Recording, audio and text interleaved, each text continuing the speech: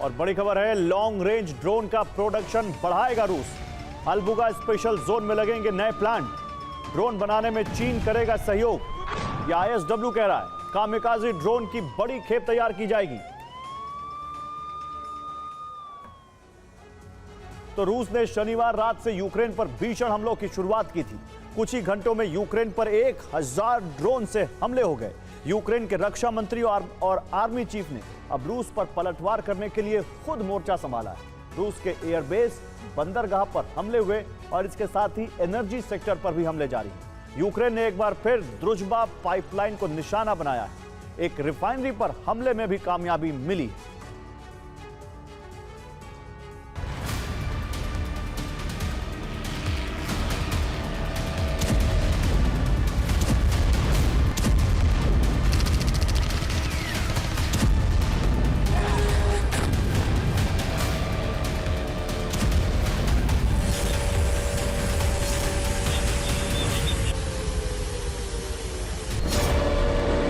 रूस में आधी रात एक बार फिर रिफाइनरी से आग की लपटें उठी।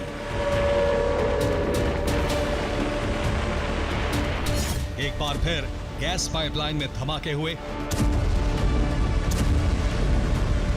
रूस के 1000 ड्रोन हमले के बावजूद यूक्रेनी सेना का हौसला कायम है और हमले की कमान अब यूक्रेन के रक्षा मंत्री और सेना प्रमुख ने संभाली है।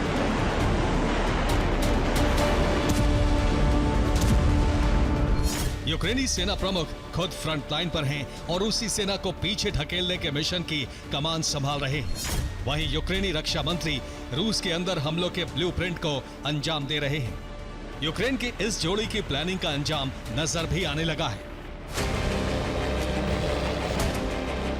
7 सितंबर की रात यूक्रेन ने ड्रोन से क्रास्नोदर क्राई में हमला किया।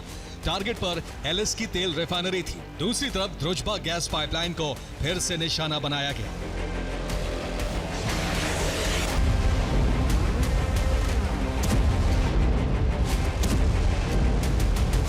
रूस भले ही यूक्रेन पर ताबड़तोड़ हमले कर रहा है, लेकिन यूक्रेनी आर्मी चीफ के मुताबिक यूक्रेनी सेना को बहुत बड़ी कामयाबी मिली है। यूक्रेन के कब्जे वाले इलाकों में आर्मी लगातार रूसी सेना को पीछे हटने पर मजबूर कर रही है।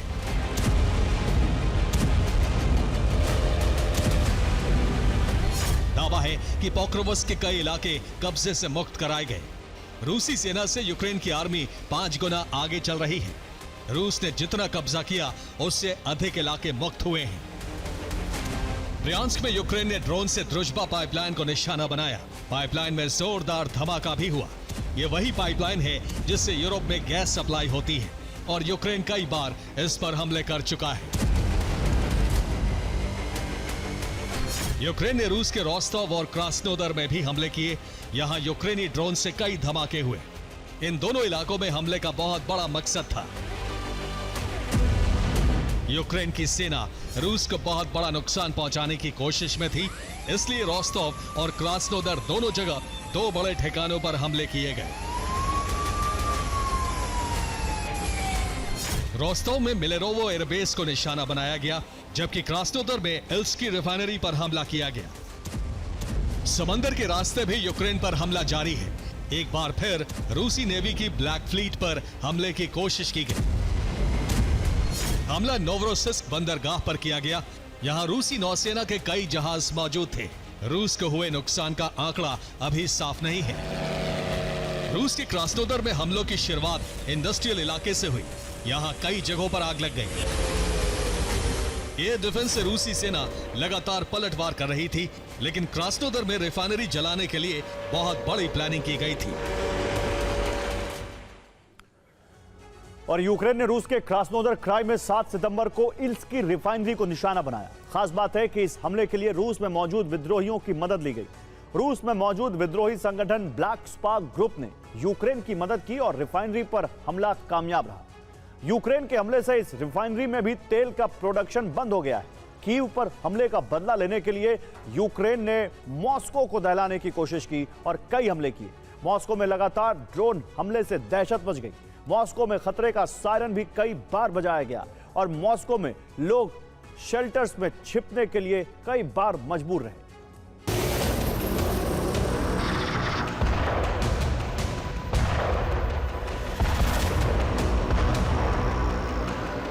कीव में धमाकों के बाद ही तय हो गया था यूक्रेन का रूस से बदला लेना।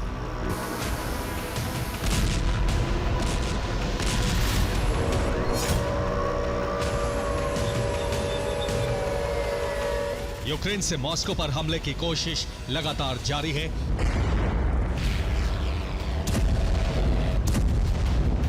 ज़ेलेंस्की का दावा है कि रूस बड़े हमले की तैयारी में है। रूस ने दुनिया को टेस्ट किया है। यूएस और यूरोप की प्रतिक्रिया देखी गई है। यूक्रेनी खुफिया एजेंसी और ओमेगा स्पेशल फोर्स को रूस के भीतर हमलों की जिम्मेदारी दी गई है।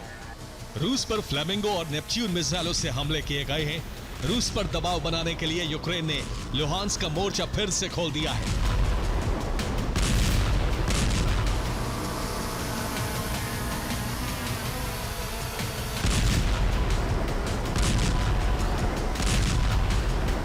लुहांस्क की तरफ सैनिक भेजे गए हैं। सिर्फ 1% हिस्से में यूक्रेनी सैनिक हैं। लुहांस्क में मिसाइल से हमले की कोशिश है।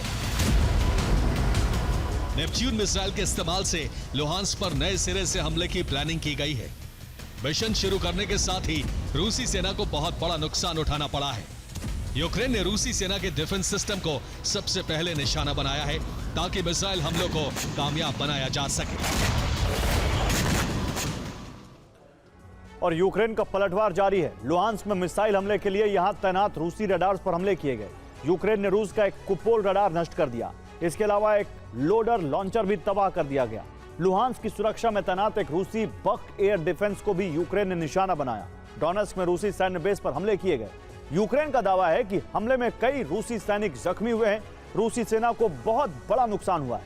हमले के बाद इस इलाके में कई एम्बुलेंस देखी गई। लुहांस्क के साथ ही डोनेट्स्क में भी यूक्रेनी सेना का पलटवार जारी है। यूक्रेनी फोर्स डोनेट्स्क में मकीवका में हमले कर रही है।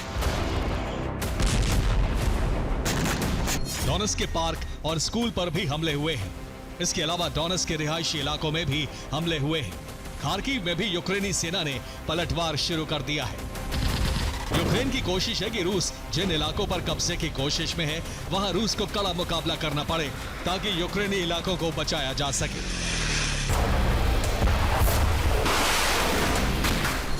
अब यूक्रेनी रक्षा मंत्री और सेना प्रमुख दोनों खुद सेना को लीड कर रहे हैं और फ्रंट लाइन पर रहकर युद्ध की रणनीति बना रहे हैं। Bureau report, TV9, Bharatvarsh.